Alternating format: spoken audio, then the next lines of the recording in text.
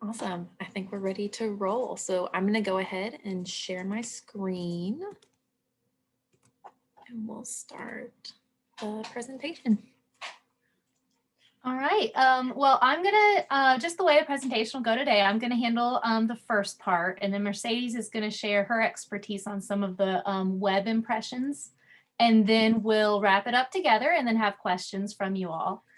We're so glad you all are here today, though. What we want to share with you is things we've learned by coordinating the First Impressions program for the past few years. We'll tell you a little bit about what it is, but also for those of you who have not gotten to participate yet in the formal program, or who just want some good tips to take back to your community on how to do some community economic development, we're going to share some ideas with you today.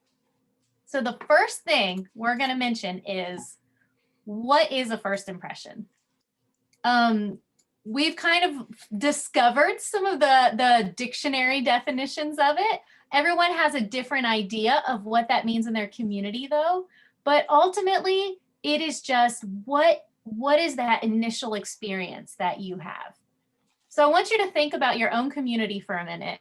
And just as a resident of that community, your first impression or your impressions that you get, maybe just talk about downtown or maybe your interstate exits, will be a lot different than what a visitor will experience, because you've driven by that every day for as long as you've lived in that community. And it can sometimes, we can become immune as residents to what our first impressions are or what other visitors might see when they come and visit our town. I know in my own town, I see things, actually, sometimes I think I see more negative than positive, because I'm so aware as I'm driving into town that there's this building over here to the left on the bridge, and they've only painted half of it blue. The other half is still like, and they didn't even just draw a line. They just stopped with the roller one day because they ran out of paint and they never finished. And that is a big first impression to me. But when we had our first impressions conducted in our town, none of the visitors even noticed that blue wall. So it's a good way to consider, what do you see versus what your visitors truly see. Let me tell you a little about the program. I'm really excited today that some of you in here have participated before in the First Impressions program, and some of you have not. And some of you I know have heard about it in presentations, but just a general overview. It's a structured assessment program that we have that helps you learn about your community through the first impression of visitors that we coordinate. So we may work directly with you or with your Chamber of Commerce or your city commissioners to come up with what are some objectives that you have that you want to know that visitors experience in your community. Then we assemble a team together of it can range from people who work in community development. Sometimes it's tourism professionals from other communities. One community was very interested in what graduating seniors from college are looking for to move to a town, because they're trying to get young people to move back to their community. So it's a broad range, and we coordinate them to come and visit your community. They research you on the internet. They don't tell you when they're coming, because that would take away the surprise factor. And then they go and drive around all day and write down their experiences. They get out of their car, they walk around downtown, they talk to people, they ask for directions at the gas station, and they let us know what their experiences were, so that then we can provide you with that feedback in your community to start looking at what are these things that we're actually doing really well and that we can build on. And then what are these things that it's probably something we could address as a community to try to work towards to make it a better experience for visitors. And through this process, it gives you a full report that then you can take action with in your community, share with your community leaders, and hopefully build some momentum to address some ideas. I will mention that one of the challenges right now, obviously, for the past year, it's been an absolutely terrible idea to send strangers to new communities to visit and walk around and go into all the stores and restaurants. So we've really put the program on hold due to COVID. And we've looked at ways that we can modify it to still provide you all with some tips that you can work towards during this time, so that when our communities can fully reopen and we can engage in travel again, you'll be a little more prepared for that. So the one initial part we have two major parts in the First Impressions program. One is just the physical presence in your community. What do people experience when they walk around, when they drive around? Are the sidewalks navigable? So we have some examples here that we want to share with you from one community that participated. And what are some things that you are seeing in these pictures? And you can type it in the chat or you can speak up either way. But what are things here that you feel like maybe give a positive impression?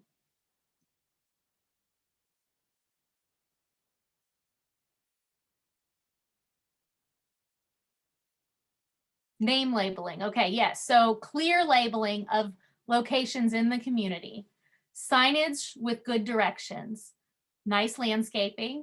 The park, yes, that's a big asset. And one thing that we hear over and over, we've done this in over 30 counties now in Kentucky. So we've started to really develop a clear list of things that face almost every community as challenges. And signage is one of them, just especially in our small towns.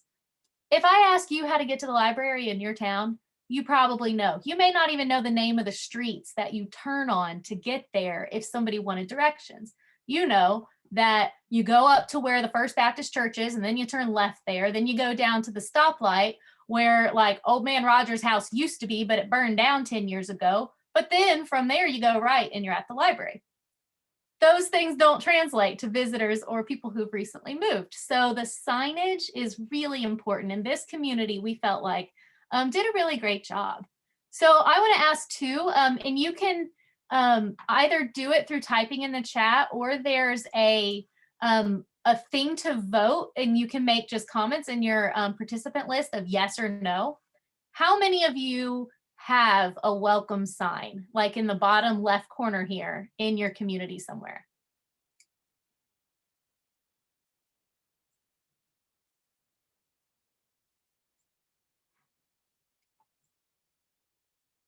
Okay, so we have people saying yes, you do, and you have multiple ones.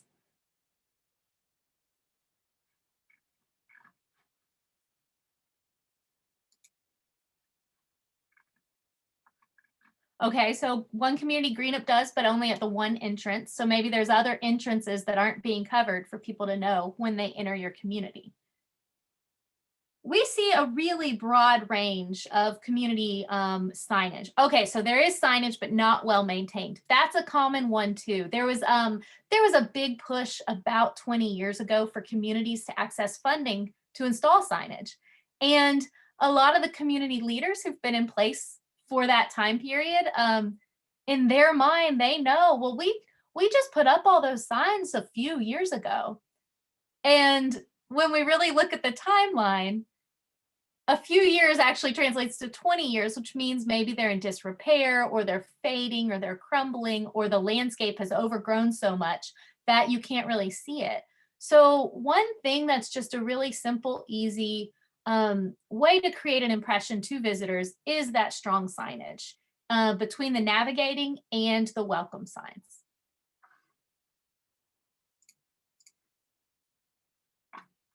So now we're going to talk about a couple of other visible things here. These are examples from communities as well. And usually when we work directly with communities, this is the kind of stuff that the residents see the most. They kind of get immune to that last slide with all of the really strong examples of parks and public spaces. And all they know is that there's these fences falling down and these rundown buildings on the corner and places with bad landscaping. So these happen in every community, and that's just common. And you're not going to be able to overcome all of this because these are usually private property residences. Someone owns this that you can't regulate them into doing it necessarily. But the important thing to remember is if this is all you're seeing in your own community, or when you then try to start looking for those other positives we saw in the last slide.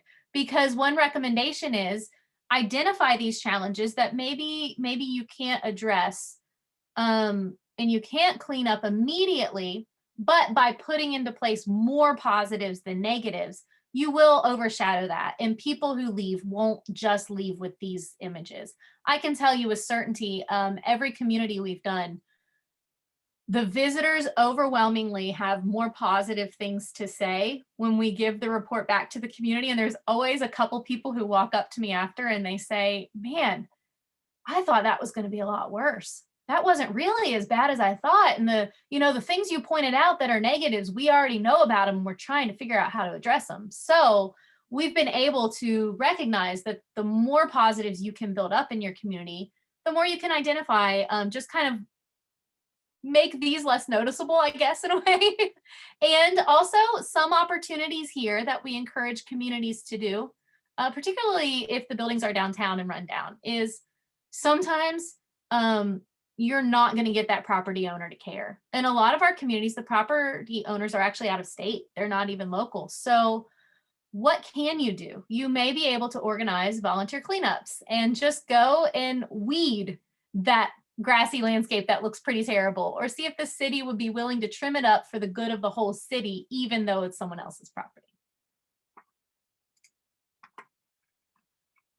So things that you can focus on in order to overcome some of those negatives, these are the primary areas that we look at and that we see over and over as really important elements for your downtowns. Are they clean? If they're not clean, that's a very easy first step that can be addressed with no money, really, and just time and organization. And are they walkable? Now, that's a really important part. In some communities, we have great sidewalks and crosswalks and clearly marked streets. And then in some communities, the sidewalk is broken and crumbling, or there's no sidewalks at all. And our emerging population really is looking for walkable downtowns. They want to be able to live somewhere where they can walk to a restaurant or walk to a coffee shop and then walk back home instead of having to drive everywhere. So that's a big emerging need in communities that we see.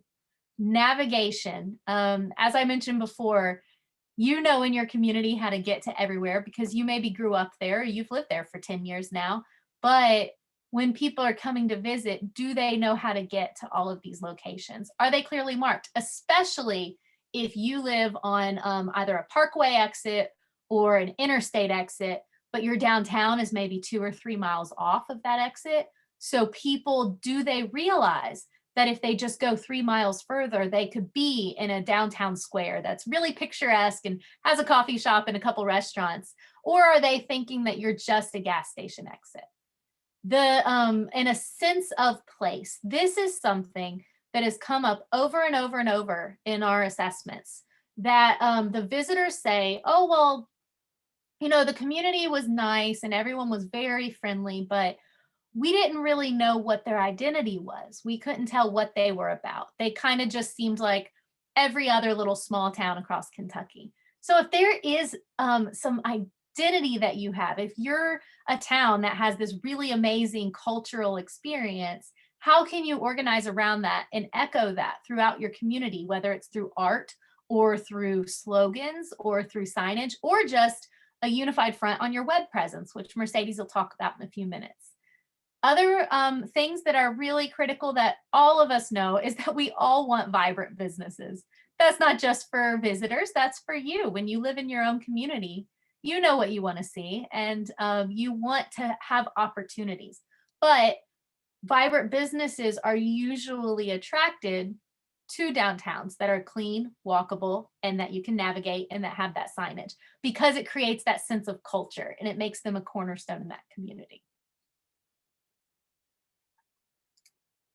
So now I'd like to turn it over to Mercedes. She's really our web presence expert for First Impressions. She has been really amazing at helping us gather what is quality information, and she's seen over the past 30 First Impressions some common themes that she's going to share with you. Yeah, so like what Melody was saying about Melissa, how she's driven all over the state and has been to your communities that way. I have really looked at them all online. And if there's a Wikipedia page about your community, I've probably read it. I really enjoy all the fun facts and learning about the history of your community. But just like what Melissa said, as important as the physical impression is to visitors, the online presence as just as critical as planning a visit and understanding what's going on in the community before you even get there. And particularly now that we're dealing with COVID and we're living in a pandemic and people, it's a lot riskier to travel. People are really looking and doing their research before they make any moves to go to any of these downtowns. So what makes for a good online presence? I want you guys to spend a moment and think about what are some websites that you use that you enjoy using. So websites that make sense, they're easy to you understand the purpose of them and how to get places on that website. And can you put a few comments into the chat box? And Melissa, if you don't mind to read those to me, that would be great.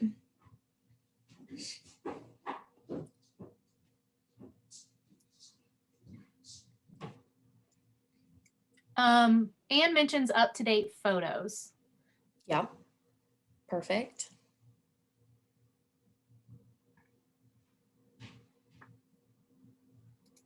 So something to consider is you don't even really have to be thinking about community websites right now. Like a website that comes to mind to me that's easy to understand is Netflix.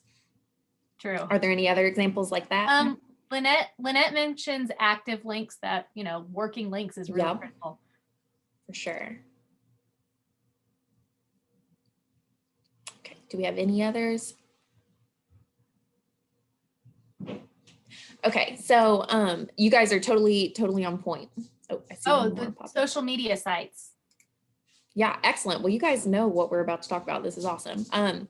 So in all of the research I've been doing where I've looked at communities, something that makes for a good online presence is a website that's visually appealing. So when you get on the landing page, you are instantly drawn to the photos that are there, the color scheme that they've chosen, the fonts, all of that goes into great design. And that's what makes people want to use your website. So it's clean, it's not too cluttered, there's not too much information so that people are overwhelmed with the amount of content that's on the page. And the colors and branding are representative of the place that you live. And I think this is something that's really important. And it goes back to creating that sense of place that Melissa was just talking about for the physical impression. So your community, whether or not you're aware of it, has a brand. There's something that makes your community special and that people identify and notice about your community, and whether that be the natural colors. So in Eastern Kentucky, whenever I think of Eastern Kentucky in the summer, I think of all the greens and blues and the lovely landscape. And in the fall, I think of the fall leaf colors. Like that is indicative of place. And that's something that appeals to viewers when they go to your website for the first time. Something that's easy to navigate. This is the same as the physical impression as well. If it's hard to understand where the information is housed on your website, it's likely that people aren't going to look for it. And I think now, especially where we're pretty much living online, you guys know this, as soon as it gets hard to find something, we decide we don't want to know about it anymore. We're willing to move on and try and find that from a different source. So that's something that's really important about your community. If you guys have this awesome festival that goes on every year and it's beautiful and it really draws a lot of tourists, it should be something that's easy to find online. It shouldn't be something that we have to hunt for and dig for. If there's really interesting history in your community, something that the citizens are very proud of, that should be something that's really easy for us to learn about. It shouldn't be something that I have to talk to the guy at the gas station to find out. It's something I should be able to know before I even get to your community. Just like what Lynette said, I think was relevant and up-to-date information is very important. I think we've all logged on to something and we go to look at the calendar and the calendar's from 2002 and we're like, I don't think this helps me very much. So it's important to keep all of that information up to date. And I know that a lot of communities, it's a challenge because we don't always have someone to keep the calendar up to date. We don't have someone whose job it is to run the website. And something that you can do is sort of source out that responsibility to coalitions in your community.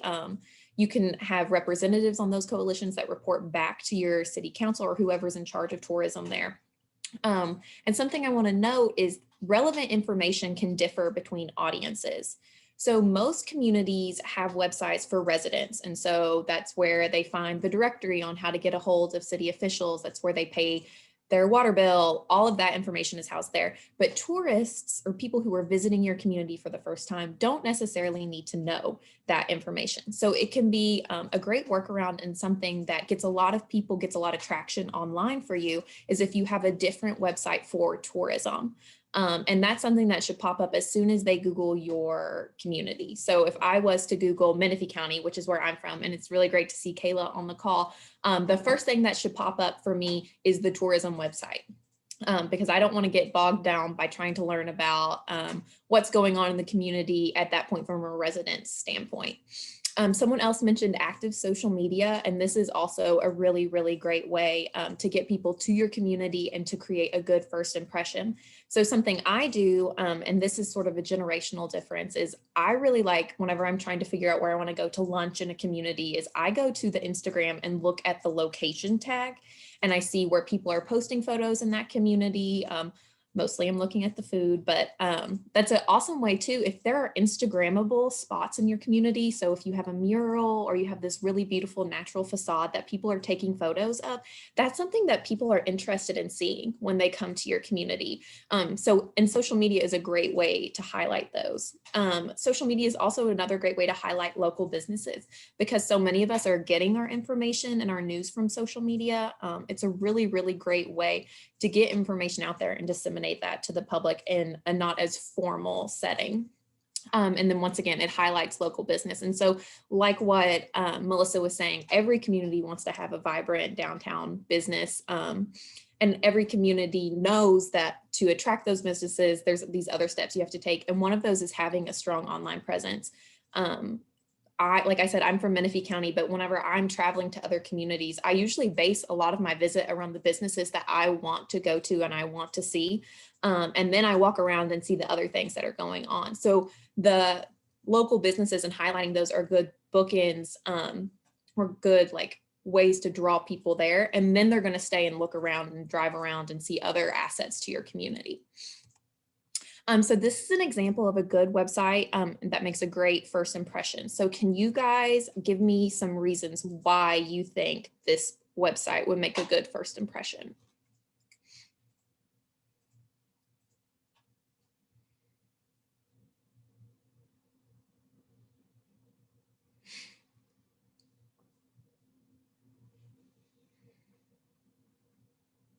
And you can put it in the chat box or just unmute yourself. Either way works.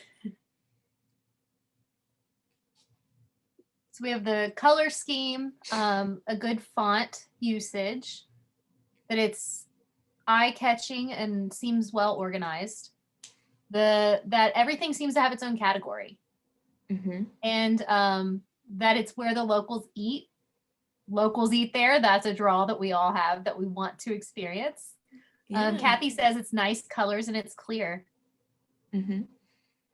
Awesome. So if we had looked at this website, maybe I should have rearranged. If we had looked at this website before we talked about what made a good impression, you guys would have naturally been drawn to it because of all those things you just mentioned. It's easy to understand. There's categories for everything. We're naturally drawn to that when we look at any of this design. I really enjoy the color scheme and the branding of sorts. And so you guys can see, it's not that they've, like specifically coined a special term or they have these logos that no one else can use, but it's consistent throughout the website. And that's something that shows good design and shows interest and that they are investing into this platform.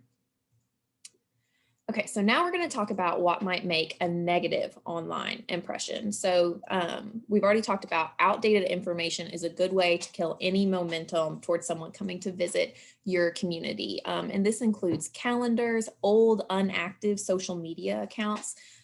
It would be a really unfortunate event if someone was very excited to come to this activity in your community and they get there and it's on a calendar that's not been updated and the event's not actually going on. And we're afraid, or I'm afraid to say that sometimes that's what happens in communities is I get really excited to go and visit this specific business and I get there and their business hours aren't what was listed online.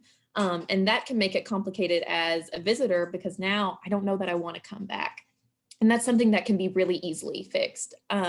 It's difficult to understand organizationally. So someone who made the comment last time, everything has a category and I know how to get to the information I need. That's really, really important and key.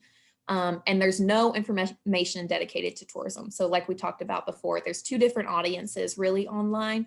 And if there's no information about your community relevant to tourism, you might not be getting the visitors that you're wanting to be seeing.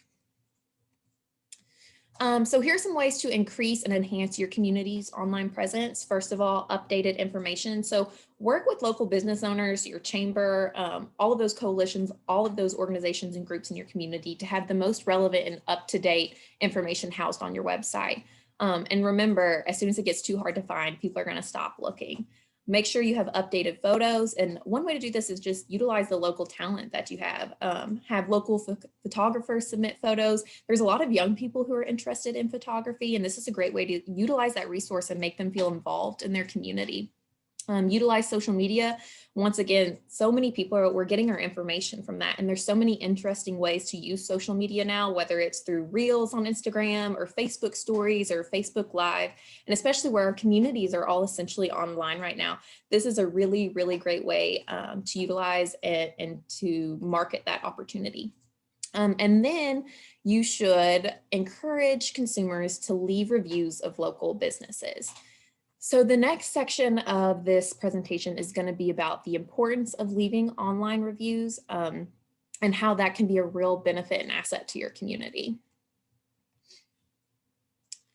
So leaving reviews is a free way to enhance your community's web presence. All of these statistics are from a Nielsen survey that was completed for Yelp, and all of this information was found in a Yelp webinar that the SRDC had online, and I have the link to that at the end of this in our resources tab. So 97% of consumers read online reviews for local businesses. How many of you guys, and you can just give a thumbs up or use the reactions, how many of you guys read online reviews before you make a purchase?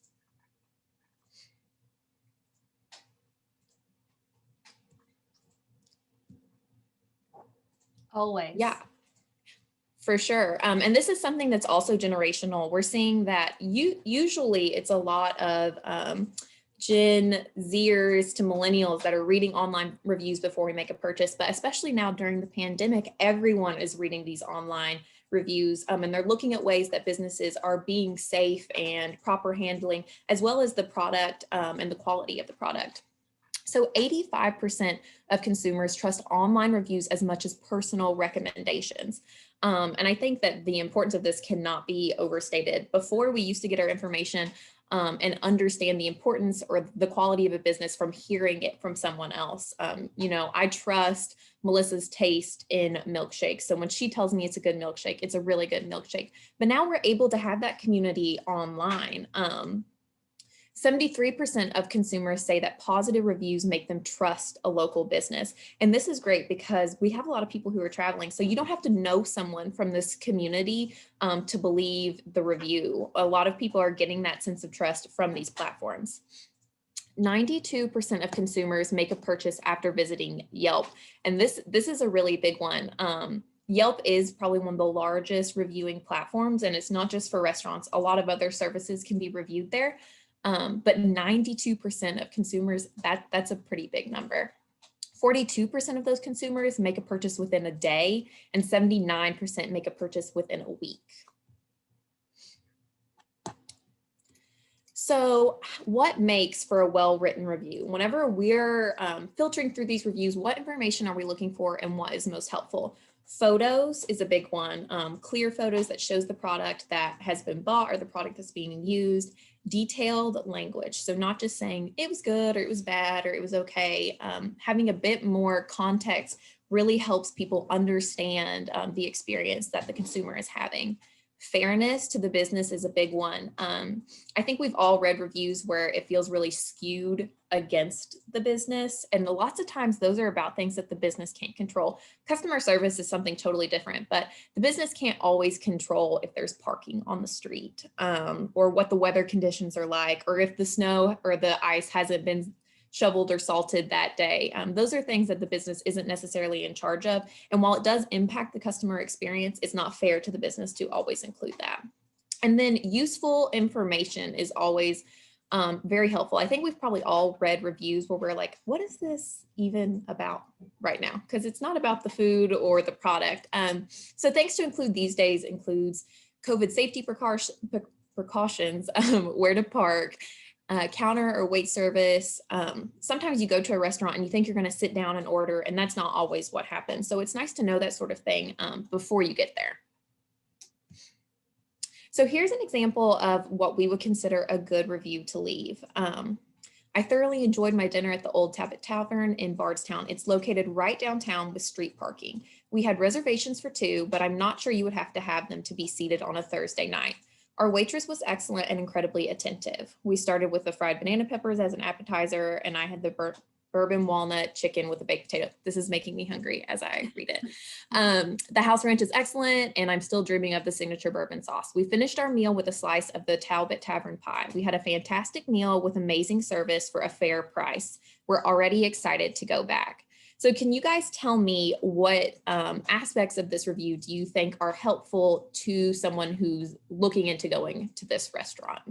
So what parts, well, I guess they're bolded, but why do you think that those things are important?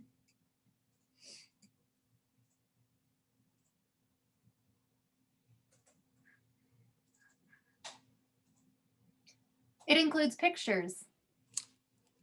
Yes, awesome. There's specifics listed, including where the location is. Mhm. It talks about the parking. It talks about the price. Awesome.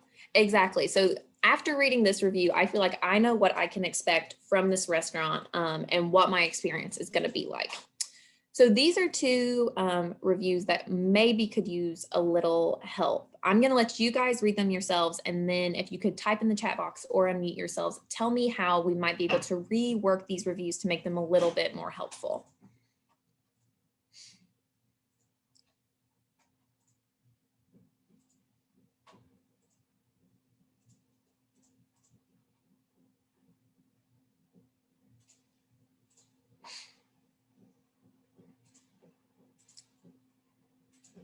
Oh, Latoya says, so what dish did they have? They just said good food. Exactly. Is this during peak hours? When was the review happening? We would like more detail about why they want to go back. What did they actually eat? Yeah. Okay.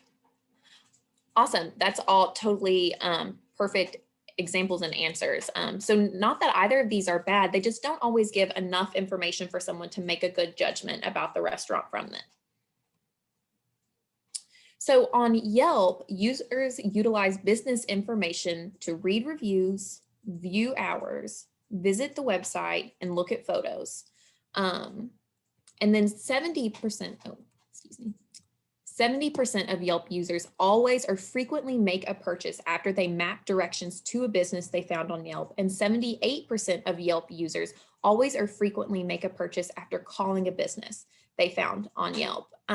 So what I'm trying to get at with this slide is it's really important to have local business information housed on Yelp. It's essentially a free way for businesses to get a lot of traction and to get a lot of visitors and for people to learn about their business. And what we can do as extension professionals is encourage local business to utilize this free service.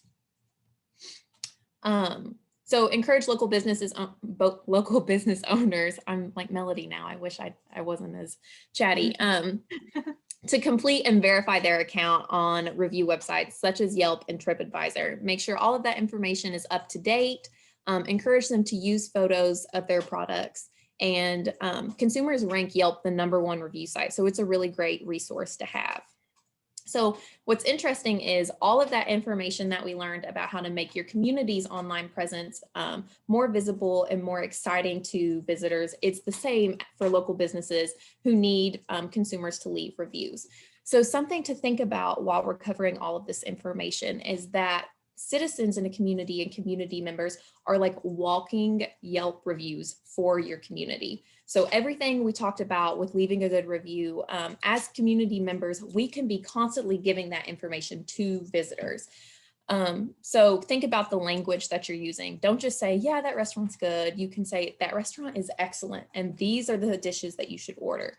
Or if someone's asking how to get to the library, don't say just, well, go turn that corner and walk there and park there. You can say, there are these other amazing businesses. You should walk and look at all the great signage, or you should walk and see all of the amazing landscaping City Works is doing. So we are the walking reviews for our communities. And that's a really, really great way to get visitors excited about visiting your community. So what's next? I'm going to hand it back to Melissa. All right, so what we want to talk about is what next steps can you take as the extension professional or in your community to have action. And we recognize that several of you have done first impressions before, so there's a good chance. What we hear a lot from communities is that everyone who attended the first meeting was so excited and engaged and thought there was a lot to do, and we took care of 3 or 4 of the things mentioned in it. But then as time went on, it just kind of fizzled. We got really busy with all of our other things. And how can we re-engage? So we want to share with you a couple of steps to move forward. First of all, one really big idea that we've seen emerge over the past couple months, especially as you're being encouraged to take staycations now instead of vacations. There's been a big push through Kentucky tourism to encourage Kentuckians to visit other areas in Kentucky. Let's reduce our out-of-state travel. Let's really revisit and re-fall in love with all of the things that Kentucky has to offer, especially with the way our state is structured. I mean, you can go in Eastern Kentucky, we have the mountains, we have the waterfalls, we have the great ATV and hiking trails. And then as you go west, the landscape changes completely from east to west. If you go central, it changes completely again. We've got horse country, it's more flat with these gentle rolling hills. So you can stay in Kentucky and experience very different landscapes, very different food cultures. I know people that drive from Pikeville to Paducah to get to experience the food culture of barbecue and burgoo that is so prevalent there. So develop itineraries for your own community. That's sometimes the biggest hurdle to think through is, if we could go ahead and develop, what would a day trip look like? What would we suggest that you do? What would a weekend trip look like? And then maybe look at a tri-county cluster. Maybe your community doesn't have much lodging. That's common, is some of our communities don't have great lodging, but they have great activities. But the next county over is maybe listed, is on an interstate exit or a parkway exit, and they have 3 hotels. Partner with that community to do a tri-county plan. Do a taste of your county. Go ahead and put it together, or work with your tourism or city planners, or this can also be a really good opportunity for even some of your homemaker groups to really look at what do they love about their town, and do they want other people to know, what do they do all the time, and develop an itinerary. It's definitely important to include your youth. They have a completely different experience and they have a completely different perspective. And as you include them in the planning process, it can really open up opportunities and ideas, especially to help you think about targeting families with children or youth that you may want to attract. I've noticed with our First Impressions program, the reviews that are left by families who go do their first impression and they have kids between 2 and 15 are very different than our retiree couples that are traveling alone. They're usually looking at, where is a good clean park that I can let my kids out to run around and play and get some of this energy out after we've been in the car. So don't restrict yourself to just your county line. And sometimes that's a big barrier when you're working with your tourism commission, because your tourism commission receives their funding strictly on hotel or restaurant tax that's within your county limits. So they tend to think very, very specific, but you can be the bridge to help them think more regionally. Work with your chamber and identify ways that you can develop what would a COVID safety certificate look like, so that businesses who are following COVID standards really, really well are acknowledged and celebrated for that. And if I'm Googling and trying to find a place to travel, but it's very important to me that that business is wearing masks and sanitizing things and following all the protocols, I would like to be able to just look up that community and see, oh, this place is doing really well with that, instead of having to go and inspect it myself and try to gauge within a 3-minute window how safe they're being. Another really easy thing that now that we've moved online so much is get that conversation going again. Whether you've already done first impressions and you feel like maybe it's fizzled over the past year, or you haven't gotten to do first impressions yet, but you just really care about some of these things that you could act on right away. You can convene a Zoom meeting. You can set a time and a date, send out an email, and invite people and say, hey, we love to talk more about what are some things we can do to build vibrancy in our community and develop some of these things. Maybe the Zoom meeting is just about ways to improve our web presence in the community. And if you, having gone through the training that Mercedes just gave, if you feel confident sharing that information, we're happy to share those slides with you so you could do a 30-minute workshop in your community on how to leave a good review. Those reviews are just people feel like it's such a small thing, and that's what we face a lot of times with first impressions is everyone feels like if we don't get this $3 million plan together, then we haven't done anything. But it's the little things that matter. Doing a web audit, even if you did a web audit a year ago, do it again. Google your community again.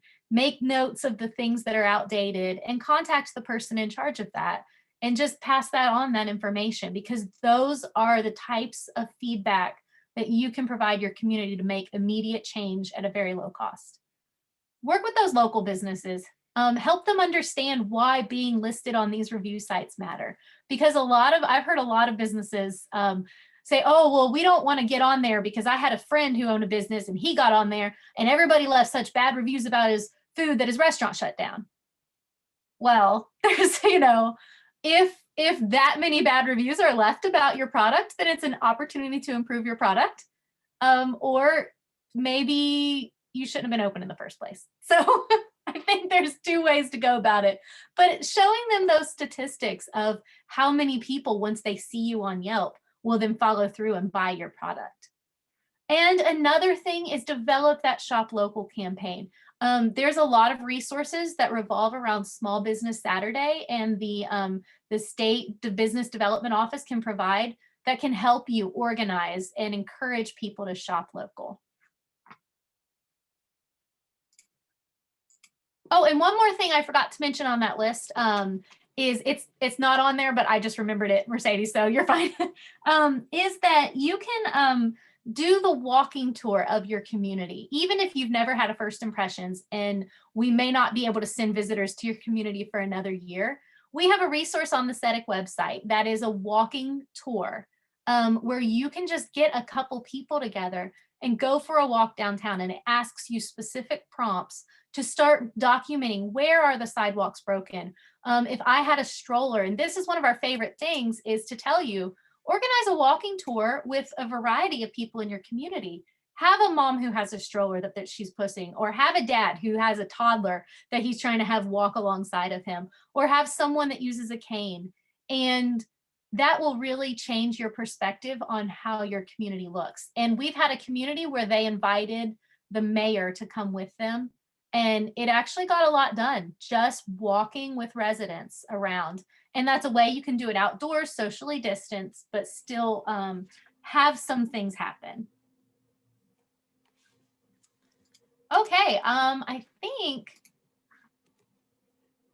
here's a quick list of the resources that we've used, and this will be made available to you guys, but I just wanted you to know that we've got them.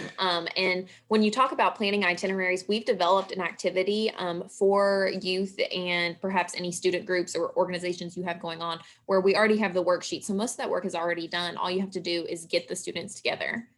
All right, I'm gonna go ahead and stop sharing. Well, thank you guys very much for your participation. I think, Melody, we can go ahead and stop recording and open up the floor for questions.